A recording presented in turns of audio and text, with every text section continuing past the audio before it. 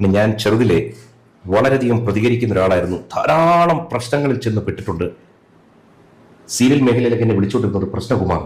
Hi guys, നമസ്കാരം. എൻ്റെ പുതിയ വീഡിയോയിലോട്ട് നിങ്ങൾക്ക് എല്ലാവർക്കും സ്വാഗതം. അപ്പം ഞാൻ ഇന്ന് സംസാരിക്കാൻ പോകുന്ന വിഷയം ഏതാണെന്നുള്ളത് നിങ്ങൾക്ക് എല്ലാവർക്കും മനസ്സിലായിട്ടുണ്ടാവും. കൃഷ്ണകുമാർ റീസെൻ്റ്ലി കൊടുത്തൊരു ഇൻ്റർവ്യൂവിലെ കുറേ കാര്യങ്ങളാണ്. ഞാൻ അന്ന് അഹാനേൻ്റെ വിഷയവുമായി ബന്ധപ്പെട്ടിട്ട് എൻ്റെ യൂട്യൂബ് ചാനലിൽ ഒരു വീഡിയോ അപ്ലോഡ് ചെയ്ത സമയത്ത് വീഡിയോൻ്റെ താഴെ എനിക്ക് വന്നൊരു കമൻ്റ് ആയിരുന്നു, ചേച്ചി ഈ ഇൻ്റർവ്യൂ എടുത്ത് റിയാക്ട് ചെയ്യാമോ. പക്ഷേ അത് കഴിഞ്ഞതിന് ശേഷം സോഷ്യൽ മീഡിയയിൽ 3-4 വിഷയങ്ങൾ ഇങ്ങനെ ഈ നിറഞ്ഞു പിടിച്ച് വന്നതോടുകൂടി എനിക്ക് ഈ വിഷയത്തെക്കുറിച്ചിട്ട് സംസാരിക്കാൻ പറ്റിയില്ല. പക്ഷേ ഇന്നലെയും മെഞ്ഞാന്നുമായിട്ട് എൻ്റെ ഇൻസ്റ്റഗ്രാമിൽ ഞാനിങ്ങനെ റീൽസ് തോണ്ടുമ്പം ഇടയ്ക്കിടയ്ക്ക് ഇങ്ങനെ ഈ പുട്ടിന് തേങ്ങ പോലെ ഈ ഒരു കൃഷ്ണകുമാർ പറഞ്ഞൊരു ഡയലോഗ് ഇങ്ങനെ വന്നു. അപ്പോഴേ ഞാനിങ്ങനെ ആലോചിച്ചു ചെയ്യണ്ടേ. പിന്നെ എനിക്ക് മടിയായി. ഒരു 3 പാട്ട് 2 മണിക്കൂറുള്ള ഇൻ്റർവ്യൂ ഇരുന്ന് കാണാനുള്ളൊരു ആരോഗ്യം ഉണ്ടായിരുന്നില്ല. പക്ഷെ ഇന്ന് ഞാൻ നോക്കുമ്പോൾ ഒരുവിധം യൂട്യൂബേഴ്സൊക്കെ ഈ ടോപ്പിക് എടുത്ത് റിയാക്ട് ചെയ്തു. അപ്പം തന്നെ ഞാൻ കരുതി എടുക്കാം, സംസാരിക്കാം, എൻ്റെ അഭിപ്രായം പറയാം. അപ്പോൾ കൃഷ്ണകുമാർ കൊടുത്ത ആ ഇൻ്റർവ്യൂവിൽ റീസെൻ്റ്ലി നടന്ന കോൺട്രവേഴ്സിയുമായി ബന്ധപ്പെട്ടിട്ട് അദ്ദേഹത്തിൻ്റെ അഭിപ്രായം, അതല്ലാണ്ട് അദ്ദേഹം കുറേ കാര്യങ്ങൾ പറഞ്ഞിട്ടുണ്ട്. അതൊക്കെയാണ് നമ്മളിന്ന് നോക്കാൻ പോകുന്നത്. അപ്പോൾ എൻ്റെ വീഡിയോയിലോട്ട് നിങ്ങൾക്ക് എല്ലാവർക്കും സ്വാഗതം. ചാനൽ ഇഷ്ടപ്പെട്ട സബ്സ്ക്രൈബ് ചെയ്യാനും വീഡിയോ ഇഷ്ടപ്പെട്ട ലൈക്ക് ചെയ്യാനും നിങ്ങളാരും മറക്കണ്ട. So let's get into the video. ഞാൻ അധികം കത്തിയടിക്കുന്നില്ല, നേരെ വീഡിയോയിലോട്ട് പോകാം. ഞാൻ ചെറുതിലെ വളരെയധികം പ്രതികരിക്കുന്ന ഒരാളായിരുന്നു. ധാരാളം പ്രശ്നങ്ങളിൽ ചെന്ന് പെട്ടിട്ടുണ്ട്. സീരിയൽ മേഖലയിലൊക്കെ എന്നെ വിളിച്ചുകൊണ്ടിരുന്നത് പ്രശ്നകുമാർ. പ്രശ്നകുമാർ എന്നെ ശരിക്കും സ്ട്രൈക്ക് ചെയ്ത ഒരു വേർഡ്. ഇപ്പോൾ പ്രശ്നകുമാർ എന്ന് പറയുന്ന പേര് കൃഷ്ണകുമാറിന് ചേരുന്നില്ലെങ്കിലും ഫാമിലിയിൽ ബാക്കിയുള്ള വ്യക്തികളെ വെച്ച് നോക്കുകയാണെങ്കിൽ അവർക്കെല്ലാവർക്കും ഈ പേര് നന്നായി ചേരുന്നുണ്ട്. കാരണം അവരൊക്കെ ഇപ്പോൾ ഒരു പ്രശ്നകുമാർ അവസ്ഥയായിരിക്കുക. കാരണം കഴിഞ്ഞ കുറച്ച് നാളുകൾ കൊണ്ട് ഇവരുണ്ടാക്കിയ കോൺട്രവേഴ്സി ആലോചിച്ച് നോക്കും. ഇപ്പോൾ ദിയ കൃഷ്ണ എന്ന് പറയുന്ന ഒരു വ്യക്തി സോഷ്യൽ മീഡിയയിൽ വന്ന് വീഡിയോ എടുക്കുമ്പം എന്തെങ്കിലുമൊക്കെ ഒരു കൊനസ്റ്റ് പറയാലോ. ഓമി ബേബീനെ പറ്റി പറഞ്ഞതും അതിൻ്റെ കൂടെ തന്നെ അശ്വിൻ്റെ അമ്മേനെ കയറി അമ്മ വിളിക്കാൻ, അങ്ങനെ പറഞ്ഞുകൊണ്ട് കോൺട്രവേഴ്സി ഉണ്ടാക്കുന്ന ഒരാൾ. അഹാനയാണെങ്കിൽ ഓഫ്കോഴ്സ് ഈ ഒരു വിഷയത്തെ പറ്റി സംസാരിക്കരുത് എന്നുള്ളത് ഇതിൽ ഇവൻ കൃഷ്ണകുമാർ തന്നെ പറയുന്നുണ്ട്. പല വ്യക്തികളും അവൾ സംസാരിക്കരുതായിരുന്നു എന്ന് പറഞ്ഞിട്ടും ഒരു വീഡിയോ ഇട്ടിട്ട് അത് എയറൊന്നുമല്ല, അതിലും കൂടിയ ഇതിൽ റോക്കറ്റ് കുതിക്കുന്നത് പോലെ കുതിച്ച് മുകളിലെത്തിയാണ് ഹൻസിക. ഓഫ്കോഴ്സ് ഒരിക്കലും ഹൻസിക തന്നെ എക്സ്പ്ലനേഷനിൽ പറഞ്ഞു, ഞാൻ ഒരിക്കലും അങ്ങനെ ഉദ്ദേശിച്ചിട്ടതല്ല, പക്ഷേ സാധനമെല്ലാം വൈറലായി പോയി എന്ന് പറഞ്ഞൊരു സാധനം. ഈ ഷാനി പാവം. സിന്ധു കൃഷ്ണ ആസ് യൂഷ്വൽ എന്തെങ്കിലുമൊക്കെ വീഡിയോയിൽ എന്തെങ്കിലുമൊക്കെ കയറി പറയും. അത് എന്തെങ്കിലുമൊക്കെ ഒരു വിപ്ലവമായിട്ട് എന്ത് ചെയ്യും, മാറുക തന്നെ ചെയ്യും. അപ്പം ഇപ്പോൾ പ്രശ്നകുമാർ കുടുംബത്തെ സംബന്ധിച്ച് മാച്ചാണ്. ഏണി വെച്ച് പിടിക്കുന്ന പറയില്ല മോളിക്കൂടെ പോകുന്നൊക്കെ ഈ ഒരു സ്വഭാവം ഉണ്ടായിരുന്നു. പക്ഷെ അന്ന് ഈ പ്രശ്നങ്ങളെല്ലാം കാണുമ്പോൾ നടി ശ്രീവിദ്യ ജീവിച്ചിരിക്കുന്ന കാലവും ചേച്ചി ഇങ്ങനെ പലതും ഇങ്ങനെ നോക്കും. എന്നെ വലിയ ഇഷ്ടമായിരുന്നു. പക്ഷെ ഞാൻ ഇങ്ങനെ പ്രശ്നങ്ങൾ ഉണ്ടാക്കും. ഒരു ദിവസം ചേച്ചി എന്നെ വിളിച്ചു, ഇങ്ങനെ ഉപയോഗിച്ചു. എന്താണ് അതിൻ്റെ കാരണം, എന്താണ് ഇതിൻ്റെ കാരണം? ഞാൻ കിച്ചുവിനെ കുറേ നാളായിട്ട് നോക്കുന്നില്ല. പലരോട് ചോദിച്ചപ്പോൾ എല്ലാവർക്കും നിങ്ങൾ ഇഷ്ടമാണ്, പക്ഷെ നിങ്ങൾ ചെന്ന് ഈ പ്രശ്നത്തിൽ പെടുന്നുണ്ട്. ഞാൻ ചേച്ചി വഴി കിടക്കുന്ന ആൾക്കാരെ പോലും എടുത്തുകൊണ്ട് പോകും, വണ്ടി ഇടിച്ച് കിടന്ന്. അത് അങ്ങനെ നേച്ചർ. എൻ്റെ അച്ഛൻ അങ്ങനെയാണ്, എൻ്റെ രണ്ടാമത്തെ മോളും അങ്ങനെ. അതുകൊണ്ട് ഈ അടുത്ത കാലത്ത് ഒരു കൊല്ലം മുമ്പ് അവിടെ വലിയ ഏണി എടുത്ത് പിടിച്ചു വെച്ചിട്ടുണ്ട്. ഇവിടെ കൃഷ്ണകുമാർ എന്ന് പറയുന്ന ഒരു വ്യക്തി ഡയറക്റ്റ്ലി ഓർ ഇൻഡയറക്റ്റ്ലി പറയാൻ ഉദ്ദേശിക്കുന്നത് തൻ്റെ സ്വഭാവം ഇങ്ങനെയാണ്, താൻ ചെറുപ്പത്തിൽ ഇങ്ങനെയായിരുന്നു, ഒരുപാട് പ്രശ്നങ്ങൾ ഉണ്ടാക്കുക, വഴി കൂടെ പോകുന്ന പ്രശ്നങ്ങൾ വരെ സ്വന്തം പ്രശ്നമാക്കി എടുത്ത് തലയിൽ കയറ്റി വെക്കുക.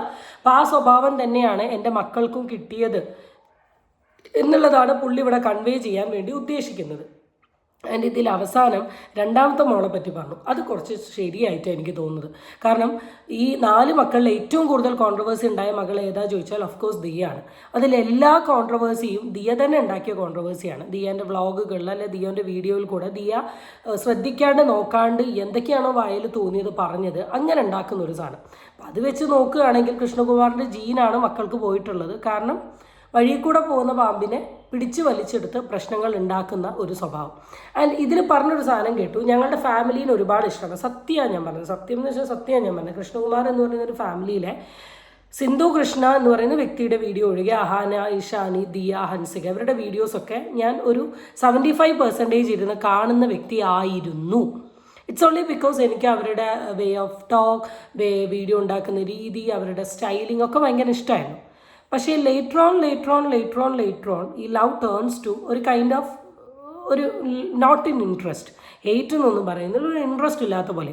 അതുപോലെ തന്നെ ഈ ഇവരുടെ വീഡിയോയുടെ താഴെ കമൻസ് വന്നിട്ടുള്ള കമൻസ് മുഴുവൻ നോക്കി അറിയാം ഇവർ അത്രത്തോളം ഇഷ്ടപ്പെടുന്ന ആൾക്കാരാണ് ഇപ്പോൾ വീഡിയോൻ്റെ താഴെ കയറി തെറി വിളിക്കുന്നത്. ഞങ്ങൾ ഒരേ പോക്കാം. അപ്പോൾ ശ്രീവിദ്യ പക്ഷേ ഒരു കാര്യം എടുത്ത് പറഞ്ഞു, നമ്മുടെ പ്രവൃത്തി നല്ലതായിട്ടും ആരോപണം വരുന്നുണ്ടെങ്കിൽ ഭൂമിയിൽ ജീവിച്ചിരിക്കുന്ന മനുഷ്യരെല്ലാവരും തെറ്റ് ചെയ്തിട്ടുള്ളവരാണ്. മനസ്സുകൊണ്ടോ ശരീരം കൊണ്ടോ തെറ്റ് ചെയ്യാത്തവരില്ല. ഈ തെറ്റുകളൊന്നും ദൈവത്തിന് ക്ലിയർ ചെയ്യാൻ പറ്റില്ല. ആ സമയത്ത് നമ്മുടെ പ്രവൃത്തി ശരിയായിട്ടും ആരോപണം വരുന്നുണ്ടെങ്കിൽ ആരോപണം ദൈവം തരുന്നൊരു സമ്മാനമാണ്. ആരോപണം നിങ്ങളുടെ ഓറയെ ക്ലെൻസ് ചെയ്തിരിക്കും, നിങ്ങൾക്ക് ഉയർച്ച ഉണ്ടായിരിക്കും എന്ന് പറഞ്ഞത് ഞാൻ എന്നും എന്നെ മനസ്സിൽ വയ്ക്കും. പ്രശ്നങ്ങൾ വരുമ്പോൾ ഞാൻ മക്കളോട് പറയും, ആരും റിയാക്ട് ചെയ്യല്ലേ, ആ പ്രശ്നം നല്ലതാണ്. മോളുടെ പ്രശ്നം വന്നു, സംഭവം നല്ലപോലെ കൈകാര്യം ചെയ്തു.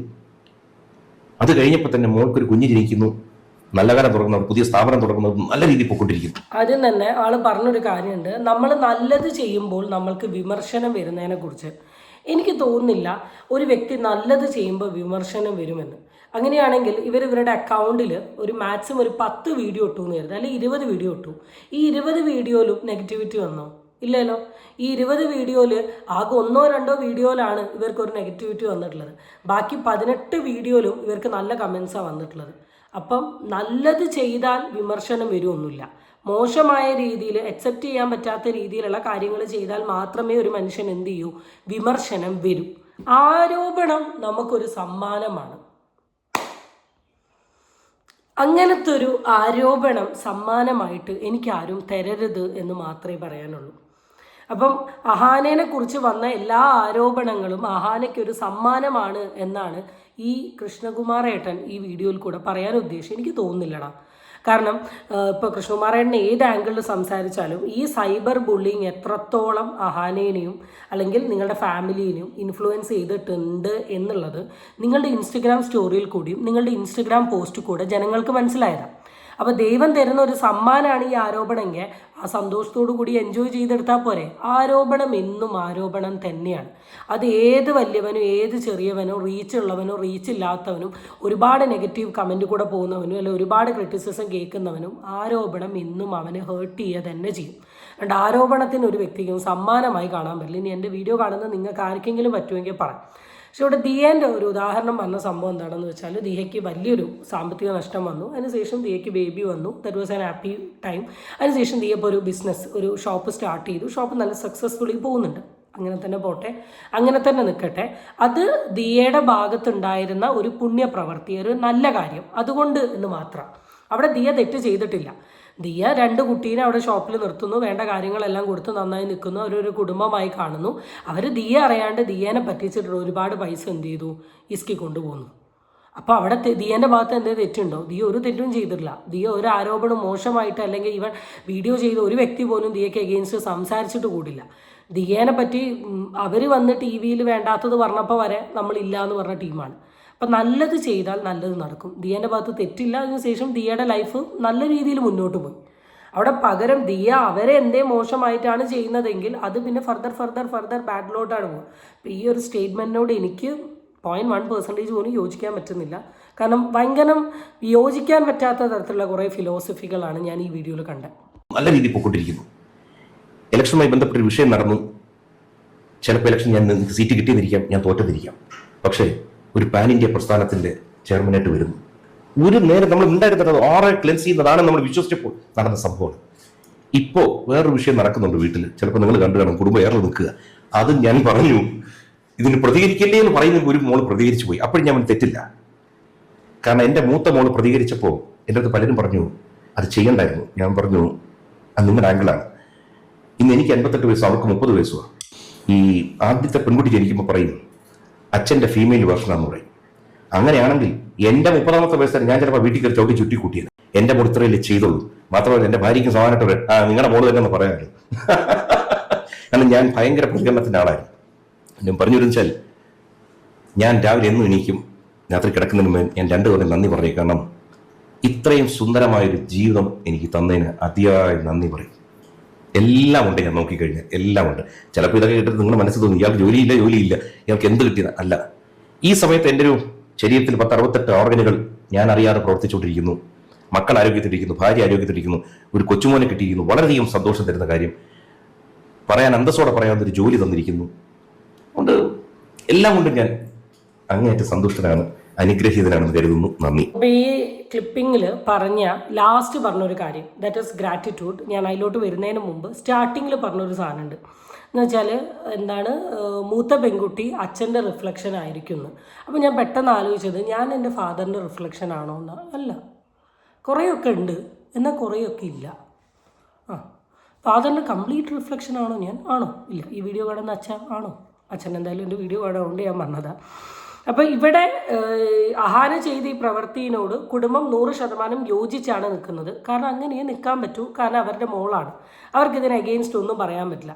ശരിക്കും പറഞ്ഞാൽ ഇത്രയും വ്യക്തികൾ, ഈവൻ നമ്മൾ ഈ റിയാക്ഷൻ വീഡിയോ ചെയ്യുന്ന ആൾക്കാരല്ല, കമൻ്റ് ഇടുന്ന ആൾക്കാരല്ലാണ്ട് സെലിബ്രിറ്റിയിലുള്ള ആൾക്കാർ വരെ പല ഫംഗ്ഷനും ഷോനും പോകുന്ന സമയത്ത് പല ഈ ഓൺലൈൻ മാധ്യമക്കാരും അവരുടെ അടുത്ത് ചെന്ന് ചോദിക്കുന്നുണ്ട്, അഹാനേൻ്റെ കോൺട്രവേഴ്സിനെ പറ്റി എന്താണ് പറയാനുള്ളത്, എന്താണ് നിങ്ങളുടെ അഭിപ്രായം എന്നൊക്കെ ചോദിക്കുന്ന സമയത്ത് ഇവർ പറയുന്നുണ്ട്. എന്ന് വെച്ചാൽ നമ്മളുടെ എന്താണ് സെലിബ്രിറ്റി ഫെയിമിലുള്ള പറയുന്നുണ്ട്, അഹാനെ കുടുംബത്തെ കൊണ്ടുവന്ന് പബ്ലിക്കാക്കി ഇട്ടു, അതിൻ്റെ ആവശ്യം എന്തായിരുന്നു, അവരൊന്നും മിണ്ടാണ്ട് സൈലൻ്റ് ആയിരുന്നാൽ തീരാവുന്ന വിഷയമല്ലേ ഉള്ളൂ, ഇത് വലിയൊരു സൈബർ ബുള്ളിങ്, വലിയൊരു മാസീവ് അറ്റാക്കിലോട്ടൊക്കെ പോയില്ലേ.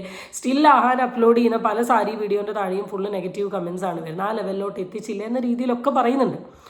അപ്പം ഇവിടെ ഇപ്പോൾ ഇവൻ ഇഷാനിൻ്റെ ദിയയുടെ സൈഡിലോ അഹാനേൻ്റെ സൈഡിലോ ഇഷാനീൻ്റെ സൈഡിലോ അൻസികേൻ്റെ സൈഡിലോ എന്തെങ്കിലും ഒരു മിസ്റ്റേക്ക് വന്നാൽ അത് കറക്റ്റ് ചെയ്യാൻ ഏറ്റവും കൂടുതൽ പറ്റുന്നത് ഓഫ് കോഴ്സ് ദെയർ ഫാമിലി മെമ്പേഴ്സാണ്. ആ ഫാമിലി മെമ്പേഴ്സ് പറഞ്ഞാലേ പിന്നെ ഇവർക്ക് അതിനെക്കുറിച്ച് ഒരു റിയലൈസേഷൻ ഉണ്ടാവും. ആ ഫാമിലി മെമ്പേഴ്സ് വരെ അവർ ചെയ്ത തെറ്റിനെ ഇവർക്ക് പറഞ്ഞു കൊടുക്കുന്നില്ലെങ്കിൽ ഈ ലോകത്തിന് ആര് വിചാരിച്ചാലും എന്ത് പറഞ്ഞാലും എന്തൊക്കെ ചെയ്യാൻ ശ്രമിച്ചാലും ഇവരെ മനസ്സിലോട്ട് ഇവർ ചെയ്ത തെറ്റിനെ കുറിച്ചിട്ടുള്ള ഒരു റിയലൈസേഷൻ ഉണ്ടാവില്ല. അതെനിക്ക് പറയില്ല. പാരൻസ് ആണ്, നിങ്ങൾ നിങ്ങളുടെ മക്കളെ സപ്പോർട്ട് തന്നെ ചെയ്യണം. കാരണം നിങ്ങളല്ലാണ്ട് വേറെ ഒരാളും സപ്പോർട്ട് ചെയ്യാനുള്ള, നമ്മൾ ഈ ലോകത്ത് നമ്മൾ എന്ത് തെറ്റ് ചെയ്ത് വന്നാലും നമ്മളെപ്പോലെ സ്വീകരിക്കുന്ന ഒരാൾ നമ്മുടെ പാരൻസ് തന്നെയാണ്. പക്ഷെ പാരൻസ് ആണ് ഒരു തെറ്റ് കണ്ടാൽ കറക്റ്റ് ചെയ്യാൻ പറ്റുന്നത്. പാരൻസിനെ കറക്റ്റ് ചെയ്യാൻ പറ്റും, അവർക്ക് പറഞ്ഞ് മനസ്സിലാക്കാൻ പറ്റണം. ഇനി മീഡിയേൻ്റെ മുമ്പിൽ ഇല്ലെങ്കിലും അല്ലാണ്ട്. അവസാനം പറഞ്ഞ gratitude, this was very normal and very common. നമ്മൾ ആസ് എ കൗൺസിലർ അല്ലെങ്കിൽ തെറാപ്പിസ്റ്റ് എന്ന നിലയിൽ നമ്മൾ നമ്മുടെ ക്ലയൻസിനോട് പറയുന്ന ഒരു സാധനമാണ് ഗ്രാറ്റിറ്റ്യൂഡ് എക്സ്പ്രസ് ചെയ്യണം എന്നുള്ളത്. ഗ്രാറ്റിറ്റ്യൂഡ് നമ്മുടെ മൈൻഡിൽ ഒരു കൈൻഡ് ഓഫ് പോസിറ്റീവ് അഫർമേഷൻ ആണ്, that makes us very happy. അപ്പോൾ അതിനെക്കുറിച്ചിട്ട് അറിയാത്ത ആൾക്കാർക്ക് ചിലപ്പോൾ ഇത് പറഞ്ഞ് കേൾക്കുമ്പോൾ ഫെൽറ്റ് ലൈക്ക് വിയേർഡ്. പക്ഷേ ഇന്നിനി അങ്ങോട്ട് മാനിഫെസ്റ്റേഷൻ, അഫർമേഷൻ എന്നൊക്കെ പറയുന്ന കാര്യത്തിന് സൊസൈറ്റിയിൽ ഭയങ്കര ഇമ്പോർട്ടൻസ് ഉണ്ട്.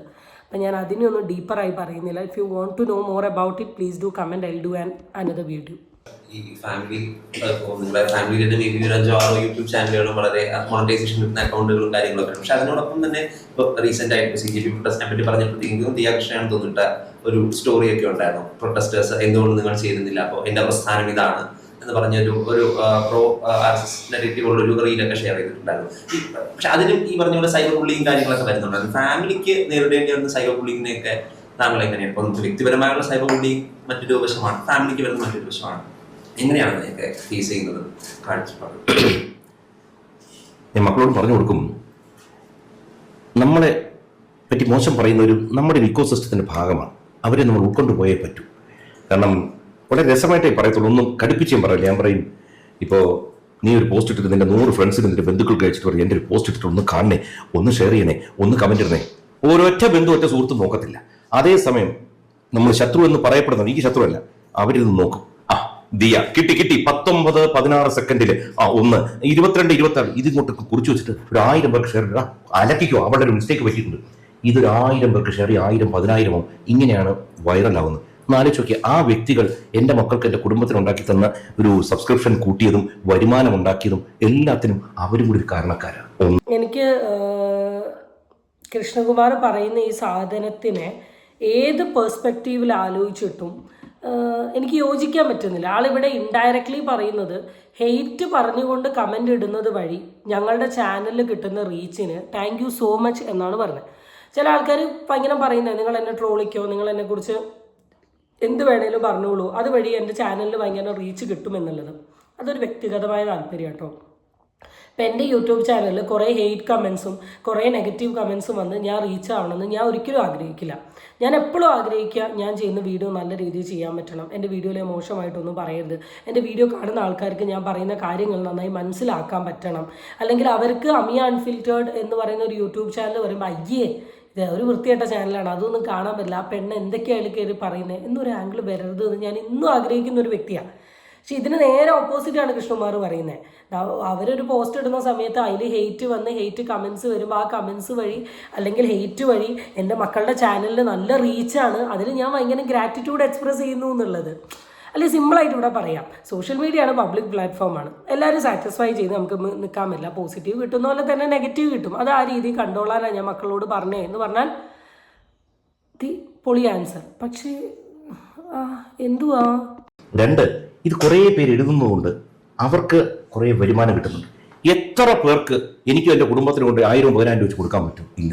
അപ്പം നമ്മളെ പറ്റി എഴുതുന്നവർക്കും വരുമാനം കിട്ടുന്നു, അവർക്കും ഒരു സന്തോഷം, നമുക്കും ഒരു സന്തോഷം. ഈശ്വര, ആ നല്ല മനസ്സിൻ്റെ മുമ്പിൽ ഞാൻ ശരിക്കും പറഞ്ഞാൽ വണങ്ങേണ്ടിയിരിക്കുന്നു. സ്വന്തം മോളെ കുറിച്ചിട്ട് നെഗറ്റീവ് എഴുതുന്നതും സ്വന്തം വൈഫിനെ കുറിച്ച് നെഗറ്റീവ് എഴുതുന്നതും അതുവഴി അവർക്ക് പൈസ കിട്ടുന്നതിൽ എനിക്ക് വളരെയധികം സന്തോഷമുണ്ട് എന്ന്. നമ്മൾ വളരെ ഫണ്ണി കൊളോക്കിലി പറയുന്ന ഒരു സാധനമാണ് അരിയണ്ണൻ, അല്ലെ എൻ്റെ കണ്ടൻറ്റ് വിട്ടിട്ടല്ലേ നിങ്ങൾ അരി വാങ്ങുന്നത്, നിങ്ങൾക്ക് വേറെ പണിയില്ലേ എന്നൊക്കെ പറയുന്നത് ഞാൻ കേട്ടിട്ടുണ്ട്. അതിൻ്റെ വേറൊരു വേർഷനാണ്. പക്ഷേ എടോ, എന്ത് എഴുതുന്നു എന്നത് വളരെ ഇമ്പോർട്ടൻ്റ് ആണ്. അഹാനേനെ കുറിച്ച് നല്ലത് എഴുതിയിട്ടും റീച്ച് ഉണ്ടാക്കാം, അഹാനേനെ കുറിച്ചിട്ട് നല്ലത് പറഞ്ഞിട്ടും പൈസ ഉണ്ടാക്കാം. മോശം പറഞ്ഞ് അല്ലെ മോശത്തിൽ കൂടെ പൈസ കിട്ടുന്നുണ്ടല്ലോ, അത് കിട്ടിക്കോട്ടെ എന്ന് പറയുന്നതിനോട് സോറി ഗൈസ്, എനിക്കൊട്ടും യോജിക്കാൻ പറ്റുന്നില്ല. Maybe I am not അത്രത്തോളം വളർന്നിട്ടില്ല. നെഗറ്റീവായിട്ട് എടുക്കരുത് ഞാൻ പറയും, കാരണം ഇതൊരു വലിയ സംഭവമാണ്. ഇത്രയും പേരില്ലായിരുന്നെങ്കിൽ ഒറ്റ തിരിച്ചൊരു ചോദ്യം ചോദിക്കട്ടെ, ഈ യൂട്യൂബ് ഒന്നും ഇല്ലായിരുന്നു ഈ കൃഷ്ണകുമാർ കുടുംബം കൂടി എന്ത് ചെയ്യുമായിരുന്നു? ഈ ചോദ്യം ശരിക്കും പറഞ്ഞാൽ കൃഷ്ണകുമാറും ഫാമിലിയും സംസാരിക്കേണ്ടത് സ്വന്തം വീട്ടിലാണ്. യൂട്യൂബ് ഇല്ലെങ്കിൽ നിങ്ങൾ എന്ത് ചെയ്യുമായിരുന്നു അവരോടാണ് ചോദിക്കേണ്ടത്. ഈ കമൻ്റ് ഇടുന്ന വ്യക്തികൾക്ക് എന്തെങ്കിലുമൊക്കെ ഒരു പണി ഉണ്ടാവും. അല്ലാണ്ട് ഒരു മനുഷ്യനും പണിയില്ലാണ്ട് വെറുതെ രാവിലെ തൊട്ടിട്ട് വൈകുന്നേരം വരെ കമൻ്റ് ഇടാം എന്നല്ല പറയുന്നത്. ഈവൻ നിങ്ങളുടെ വീഡിയോ സംസാരിക്കുന്ന എനിക്കും എൻ്റെതായ രീതിയിൽ പണിയുണ്ട്. ഞാൻ യൂട്യൂബ് എൻ്റെ ഒരു പ്രൊഫഷൻ അല്ല, എൻ്റെ ഒരു പാഷനാക്കി എടുത്തിട്ട് ഒരു 5-6 months ആയിട്ടേ ഉള്ളൂ. ഞാനിപ്പോൾ വർക്ക് ചെയ്യാൻ തുടങ്ങിയിട്ട് ഇറ്റ്സ് ബീൻ ലൈക്ക് 4.5 years. ഞാൻ ഇന്നും വർക്ക് കഴിഞ്ഞ് വന്നിരിക്കുന്ന ഒരു ടൈമാണ്. അപ്പം അതുകൊണ്ട് തന്നെ നിങ്ങളാണ് ആലോചിക്കേണ്ടത്, ഈ യൂട്യൂബ് ബാൻ ആയാൽ അല്ല എൻ്റെ മക്കൾക്ക് റീച്ച് കിട്ടിയില്ലെങ്കിൽ, അക്സെപ്റ്റൻസ് കിട്ടിയില്ലെങ്കിൽ എന്ത് ചെയ്യുമെന്നുള്ളത്. സിമ്പിൾ ചോദ്യം. ഇതൊക്കെ പുറകോട്ട് ആലോചിക്കാൻ തുടങ്ങിയാലുണ്ടല്ലോ എല്ലാത്തിനും ഒരു കാരണം കാണും. കോവിഡ് എന്ന് പറഞ്ഞൊരു സാധനം പലർക്കും ജീവിതം തുലച്ചു കളഞ്ഞു. ഞങ്ങൾക്ക് ഈ കോവിഡ് ഇല്ലായിരുന്നുണ്ടല്ലോ ഞങ്ങൾ പെട്ടുപോയത്. കോവിഡ് ഈ ബോൺ ഡിസ്ഗൈസ് എന്നൊക്കെ പറയില്ലേ, യഥാർത്ഥത്തിൽ അത് സംഭവിച്ചത്. അതുകൊണ്ട് എപ്പോഴും എല്ലാത്തിനും മറുവശമുണ്ട് എന്ന് ഇതൊക്കെ പറയുമ്പോൾ എനിക്ക് ദേഷ്യം വരും, വല്ലാതെ ചിലപ്പോൾ അപ്സെറ്റ് ആവുന്ന നിമിഷങ്ങളുണ്ട്. ഇതൊന്നും പറയത്തില്ല, പക്ഷെ അതിനെ ഇമ്മീഡിയറ്റ്ലി മറികടക്കാൻ നോക്കും. ഇമ്മീഡിയറ്റ്ലി കിടക്കുന്നതിന് മുൻപും നമ്മൾ കുറേയധികം കാര്യങ്ങൾ നമുക്ക് വേണമെങ്കിൽ ഭാര്യ പറയുന്നത് എനിക്ക് ഭയങ്കരമായ മാനസിക പ്രശ്നമുണ്ടെന്ന് പറയും. കാരണം ഇന്ന് രാത്രി 10 പേരെ സെലക്ട് ചെയ്ത് വെച്ചിട്ടുണ്ട്. ലോകത്തെ ഏറ്റവും ടോപ്പായിട്ടുള്ള പൊളിറ്റീഷ്യൻ ആയിക്കോട്ടെ, ബിസിനസ്സുകാരായിക്കോട്ടെ, ഞാൻ 10 പേരെ മനസ്സിലെടുത്തിട്ട് ഈ 10 പേരോട് ഞാൻ സംസാരിക്കും. അവരെന്നോട് സംസാരിക്കുന്ന ഞാൻ കേൾക്കും. കാരണം എനിക്ക് ഉയരണം, എനിക്ക് ഏറ്റവും ഉയരത്തിലെത്തണം എന്നുള്ള ആഗ്രഹം. കുറുക്കുവഴികളൊന്നും എനിക്ക് എടുക്കാൻ ഇഷ്ടമല്ല. ഭാര്യ 2 ജാതിയിൽ നിന്ന് എനിക്കത് പറയാൻ താല്പര്യമില്ല, പക്ഷെ എങ്കിലും പറയാം, ഒരു കുഴപ്പമില്ല. എൻ്റെ മക്കൾ കല്യാണം കഴിച്ചിരിക്കുന്നത്, ഒരാളിപ്പോൾ കല്യാണം കഴിഞ്ഞു, ആ മോള് കല്യാണം കഴിച്ചത് മറ്റൊരു ജാതിയിൽ നിന്നാണ്. മറ്റൊരു ജാതി എന്ന് പറഞ്ഞാൽ എനിക്ക് ജാതി വ്യത്യാസമില്ല, പക്ഷേ ഇപ്പോൾ അടുത്ത ആൾ കല്യാണം കഴിക്കുന്ന വേറൊരു മതത്തിൽ നിന്നാണ്. എനിക്കിതൊന്നും വിഷയമില്ല. എൻ്റെ വീട്ടിനകത്ത് സർവ്വ സംഭവങ്ങളും ഉണ്ട്. അവര് 4 പേരും വളരെ സ്ട്രോങ് വ്യക്തിത്വമുള്ള 4 പേരാണ്. അവർക്ക് ഫുൾ ഫ്രീഡം ഉണ്ട്. ആ രീതിയിലൊരു വളരെ നല്ലൊരു അച്ഛനായിട്ട് പൊതുവെ വിലയിരുത്തപ്പെടുന്ന ഒരാൾ കൂടിയാണ്. എങ്ങനെയാണ് ഈ ഫാമിലിയിലെ ഒരു ഡൈനാമിക്സ്? എങ്ങനെയാണ്? പണ്ടേ ഇങ്ങനെയാണോ അതോ മക്കളായിട്ട് മാറ്റിയെടുത്തതാണോ? ഇവിടെ പ്രശ്നങ്ങൾ അനുഭവിക്കാത്ത മനുഷ്യന്മാരില്ല, തെറ്റുകളില്ലാത്ത മനുഷ്യന്മാരും ഉണ്ട്. നമ്മുടെ സംസാരം കൊണ്ടോ ശരീരം കൊണ്ടോ പ്രവൃത്തി കൊണ്ടോ നമ്മൾ എപ്പോഴെങ്കിലും ആരുടെയെങ്കിലും എടുത്ത് എന്തെങ്കിലും തരത്തിലുള്ള തെറ്റുകൾ എന്തായാലും ചെയ്തിട്ടുണ്ടാവും. പക്ഷേ ഈ തെറ്റുകൾ എന്ന് പറയുന്നത്, അല്ലെങ്കിൽ നമ്മൾ കടന്നു പോകുന്ന മാനസിക പ്രശ്നങ്ങൾ ഇല്ലാത്ത മനുഷ്യന്മാരില്ല. ലൈഫിൽ എപ്പോഴെങ്കിലും ഏതെങ്കിലും ഒരു സ്റ്റേജിൽ നമ്മൾ മെൻ്റലി ഇങ്ങനെ ഡൗൺ ആയി എങ്ങനെ തിരിച്ച് പുറത്ത് വരുമെന്ന് തോന്നി ഇങ്ങനെ ഡൗണിൽ നിൽക്കുന്ന ഒരു സ്റ്റേജസ് ഒക്കെ നമ്മുടെ ലൈഫിലുണ്ടാവും. പക്ഷേ ആ ഒരു സ്റ്റേജിൽ വരെ, അല്ലെങ്കിൽ അങ്ങനത്തെ ഒരു വേഴ്സ് സിറ്റുവേഷനിൽ വരെ നമ്മളെല്ലാവരും തിരിച്ചു വരാണ്ടിരിക്കില്ല. അപ്പോൾ അഹാനയെ സംബന്ധിച്ചുണ്ടായ ഒരു ഏറ്റവും വലിയൊരു നെഗറ്റീവ് കോൺട്രവേഴ്സിയാണ്. പക്ഷേ ഇന്ന് ഗ്രാജുവലി എല്ലാവരും അതിങ്ങനെ മറന്ന് കാരണം like we are moving flow, like ജീവിതം ഇങ്ങനെ മുന്നോട്ട് പോയിക്കൊണ്ടിരിക്കുകയാണ്. അപ്പോൾ ഇതും കടന്നു പോവും, ഇതിൽ നിന്നും കം ഔട്ട് ചെയ്യാൻ പറ്റും എന്നുള്ളൊരു സാധനമാണ് ഉദ്ദേശിച്ചത്. പക്ഷേ എന്തൊക്കെയോ പറഞ്ഞ ഏതൊക്കെയോ തലത്തിലെത്തിപ്പോ തരത്തിലും പറയാം. കാരണം വെച്ച് കഴിഞ്ഞാൽ ഒന്ന്, സ്വാഭാവികമായിട്ടും നമുക്കൊക്കെ ഓരോ രീതികളുണ്ട്. നമ്മൾ വളർന്ന രീതികൾ നമ്മുടെ അച്ഛനമ്മമാരെ കണ്ടത്, അല്ലെങ്കിൽ നമ്മുടെ ചുറ്റുവട്ടത്തിൽ നമ്മൾ പലരുമായിട്ട് കണ്ടുവരുന്നതും, പിന്നെ സ്വാഭാവികമായിട്ടും അവർ നമ്മളെ മാറ്റുമല്ലോ. എന്നാൽ ഞാൻ തമാശ രൂപത്തിൽ പറയും, കല്യാണം കഴിക്കുന്നതിന് മുമ്പ് എൻ്റെ അച്ഛനും അമ്മയും കല്യാണം കഴിച്ച് വളരെ വൈകിയാണ്. എൻ്റെ അച്ഛന് 43 വയസ്സും അമ്മയ്ക്ക് 40 വയസ്സുമായിരുന്നു കല്യാണം കഴിച്ചപ്പോൾ. ഞാൻ ജനിക്കുമ്പോൾ 46ഉം 43ഉം ആയിരുന്നു. ഞാൻ എൻ്റെ അമ്മയെ, ഒരു ചെറുപ്പക്കാരെ അമ്മയെ കണ്ടിട്ടേ ഇല്ല. അന്ന് ഈ കളറിംഗ് ഒന്നും ഇല്ലല്ലോ. നമ്മളൊക്കെ ഞാനൊക്കെ എൻ്റെ പച്ചയില നിൽക്കുന്നത്. അപ്പോൾ അന്ന് ഞാൻ പ്രായമായ അച്ഛനമ്മയും കണ്ടു വളർന്നു. അമ്മ പിന്നെ എന്നെ അങ്ങനെ കെട്ടിപ്പിടിച്ച് മോനെ കൂട്ട അങ്ങനത്തെ ഒന്നുമില്ല, പേര് വിളിക്കത്തുള്ളൂ. അങ്ങനെ വളർന്നു വന്നപ്പോൾ എനിക്കൊരു ചേട്ടനാണ്. ചെറുപ്പക്കാരികളെ സ്ത്രീകളെയും കണ്ടിട്ടില്ല. സ്ത്രീകളോട് എനിക്ക് സംസാരിക്കാൻ അറിയില്ല. ഭയങ്കര ബുദ്ധിമുട്ടായിരുന്നു എനിക്ക് സ്ത്രീകളുടെ കൂടെ ഇരിക്കാനൊക്കെ. അങ്ങനെ സ്ത്രീകളെ പറ്റി എനിക്ക് ഒന്നും അറിവില്ലായിരുന്നു. പക്ഷേ ഒരു 32 വർഷം മുമ്പ് സിന്ധുവുമായിട്ട് ബന്ധം വരുന്നു. അത് കല്യാണമാവുന്നു. 4 പെൺകുട്ടികൾ വരുന്നു. 32 വർഷം കഴിഞ്ഞപ്പോൾ എനിക്കിന്ന് പുരുഷന്മാരെ പറ്റി ഒരു വസ്തു അറിയത്തില്ല. കംപ്ലീറ്റ് സ്ത്രീകളുടെ എന്ത് കാര്യം ചോദിച്ചാൽ ഞാൻ പറഞ്ഞുതരാം. അത്ര പവറാണ് സ്ത്രീകൾക്ക്. ഇൻഫ്ലുവൻസ് ഇപ്പോൾ എന്നെ ഇങ്ങനെ ട്വിസ്റ്റ് ചെയ്ത് കളഞ്ഞു. അതുകൊണ്ട് അവരുടെ ഇൻഫ്ലുവൻസ് അസാമാന്യമായ ഇൻഫ്ലുവൻസാണ്. എനിക്ക് അവർ പറയുന്നതൊക്കെ ശരിയായിട്ട് തോന്നാറ്. വസ്ത്രധാരണം പലരും പറയും, ഷോറെ മക്കളുടെ ആ പരിപാടി ശരി, ഇത് ശരിയല്ല. ഞാൻ സുഹൃത്തെ, എനിക്ക് ബുദ്ധിമുട്ടില്ല, എൻ്റെ മക്കൾക്ക് ബുദ്ധിമുട്ടില്ല, നിങ്ങളും ബുദ്ധിമുട്ടുണ്ട്. ടെൻഷൻ അടിക്കാതിരിക്കൂ. കാരണം സൈസ് കൊണ്ട് അവർ ചെറുതാണെങ്കിലും ജനിക്കുമ്പോൾ കുഞ്ഞാണല്ലോ. പക്ഷെ അവരുടെ ഈ സോൾ എന്ന് പറഞ്ഞത് എന്നേക്കാൾ യാത്ര ചെയ്ത പോലെ എനിക്ക് തോന്നാറുണ്ട്. ഞാൻ ഹൻസികടുത്ത് സംസാരിക്കുമ്പോൾ ചെറുപ്രായത്തിൽ അവൾക്കൊരു ഹെൽത്ത് ഇഷ്യൂ വന്നു. വളരെ നീണ്ട കാലം ആശുപത്രിയും മറ്റുമായിട്ട് കഴിഞ്ഞത്. പക്ഷെ അവൾ ആ മരുന്നുകൾ ഡോക്ടർ കൊടുക്കുമ്പോൾ വായി വയ്ക്കാൻ പറ്റാത്ത സംഭവങ്ങളായിരുന്നു. അവളത് എൻജോയ് ചെയ്ത് കഴിക്കും. അപ്പോഴേ ഞാൻ ശ്രദ്ധിക്കാറുണ്ട്, വായി വയ്ക്കാൻ കൊള്ളാത്ത മരുന്ന് ഡോക്ടറുമായിട്ട് ഭയങ്കര അടുപ്പം 1.5 വയസ്സിൽ തുടങ്ങിയ ഇഷ്യൂവാണ്. പക്ഷെ അവളുടെ ആത്മാവ് ഞാൻ ഇങ്ങനെ നോക്കും, ഓരോരുത്തരും ഇങ്ങനെ നോക്കുമ്പോൾ എന്നേക്കാൾ യാത്ര ചെയ്തവരാണ്, എന്നേക്കാൾ അറിവ് അവർക്ക് ധാരാളം ഉള്ളവരാണ്. അവരുടെ കൂടെ ഒത്തുപോവുക മാത്രമല്ല, ഇതിനു മുമ്പ് പലവട്ടം പറഞ്ഞതാണ്, ഒരു പുരുഷനും സ്ത്രീയും തമ്മിൽ ചേരുമ്പോഴാണ് കുട്ടികളുണ്ടാകുന്നത് പറഞ്ഞാൽ ഈ ലൈഫ് എവിടെ നിന്ന് വരുന്നത് നമുക്കറിയില്ല. ഇത് നമ്മളാണോ അവരെ ചൂസ് ചെയ്തോ, അവർ മുകളിൽ നിന്ന് നമ്മളെ ചൂസ് ചെയ്ത് നമ്മുടെ കൂടെ വന്നതാണോ എന്ന് നമുക്കറിയില്ല. അപ്പം നമ്മുടെ കൂടെ ഇരിക്കുന്നിടത്തോളം കാലം പരമാവധി വഴക്ക് കൂടും കേട്ടോ, നല്ല ചീത്ത വിളിക്കാൻ നടക്കുക വേറെ കാര്യം. പക്ഷേ എങ്കിലും പരമാവധി സമയം നല്ലതുപോലെ ആണെങ്കിൽ എനിക്ക് തോന്നുന്നു നമുക്കും സമാധാനം, അവർക്കും സമാധാനം. കാരണം ഇത്രയും കാലം അവരുടെ കൂടെ ജീവിക്കാൻ പറ്റി. അവരിലൂടെ ഒരു കൊച്ചു മോനെ കിട്ടുന്നു. അവനാണെങ്കിൽ നമ്മുടെ അടുത്ത് അസാമാന്യമായ ബന്ധം, ഇതൊരു ഭയങ്കര ആത്മബന്ധം പോലെ. അപ്പോൾ അവരെനിക്ക് എപ്പോഴും സന്തോഷമേ തന്നിട്ടുള്ളൂ, പ്രശ്നങ്ങളെ കാണാറില്ല. അപ്പോൾ ഇങ്ങനെ പോകാനാണ് ഇഷ്ടം. ചിലപ്പോൾ അവർ മാറ്റിയതാണോ ഞാൻ മാറിയതാണോ ഒന്നും എനിക്കറിയില്ല. കൃഷ്ണകുമാർ ആസ് എ ഫാദർ അല്ലെ Sindhu Krishna as a mother, from the വ്ളോഗിൽ നിന്ന് നമുക്ക് മനസ്സിലായത് they are of course the super. Because ഓരോ മക്കൾക്കും അവരുടേതായ ഒരു സ്പേസ്, അവരുടേതായ ഒരു ഫ്രീഡം, അവരുടേതായ ഒരു ഇഷ്ടം, അത് എല്ലാ കാര്യത്തിലും ഒരു പാരൻസ് കൊടുക്കുന്നുണ്ടെങ്കിൽ ദാറ്റ്സ് ഓഫ് കോഴ്സ് ഗ്രേറ്റ്. എൻ്റെ മകൾ അങ്ങനെ ആയിരിക്കണം, എൻ്റെ മകൾ ഞാൻ വിചാരിച്ച പോലെ ആയിരിക്കണം, അങ്ങനെയേ ചെയ്യാൻ പാടൂ എന്ന് പറയുന്ന കുറേ പാരൻസ് ഉണ്ട്. അത് വെച്ച് നോക്കുമ്പം അവർക്ക് അവരുടേതായ ഫ്രീഡം, ഇഷ്ടം. ഈവൻ പല വീഡിയോകളും അപ്ലോഡ് ചെയ്യുന്ന സമയത്ത് അതിൽ കോൺട്രവേഴ്ഷ്യൽ സാധനമാണെങ്കിലും ആ കോൺട്രവേഴ്സീനെ അക്സെപ്റ്റ് ചെയ്തുകൊണ്ട് മക്കളെ കൂടെ സപ്പോർട്ട് ചെയ്ത് നിൽക്കാൻ ഇവർക്ക് രണ്ടുപേർക്കും സാധിച്ചിട്ടുണ്ട്. അപ്പം ആ ഒരു ആംഗിളൊക്കെ വെച്ച് നോക്കുമ്പം they are good parents. And എല്ലാ പാരൻസും ഗുഡാണ്, എല്ലാ മക്കൾക്കും. അല്ലാണ്ട് ഇന്നത് ഗുഡ് ഇന്നത് ബാഡ് അങ്ങനെയൊന്നുമില്ല. ഇവിടെ കുറേ parent philosophy, parent ideology, parent സൈക്കോളജിയാണ്.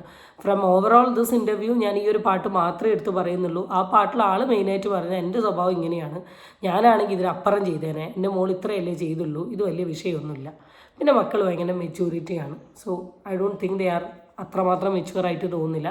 Anyway I respect your opinion. നിങ്ങളുടെ ഫാമിലിക്ക് ഇതൊരു വിഷയമല്ല, എയർ പോകുന്നതും കോൺട്രവേഴ്സി ഉണ്ടാകുന്ന ഒരു വിഷയമല്ല, അതൊരു ബ്ലെസ്സിങ് ആണെങ്കിൽ ഈ ബ്ലെസ്സിങ് ഇനിയും ലൈഫിൽ ഉണ്ടാവട്ടെ എന്ന് ഞാൻ പറയുന്നു. That's it guys. അടുത്ത വീഡിയോ കാണാം. Till then it's bye from Ami അൺഫിൽറ്റർഡ്.